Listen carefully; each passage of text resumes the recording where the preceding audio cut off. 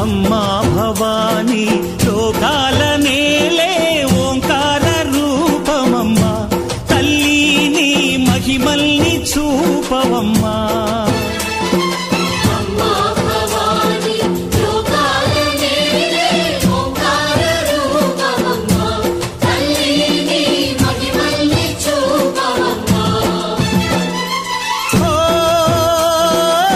సృష్టికే దీపమా, శక్తికే మూలమా, సింహరథమే నీదమ్మా.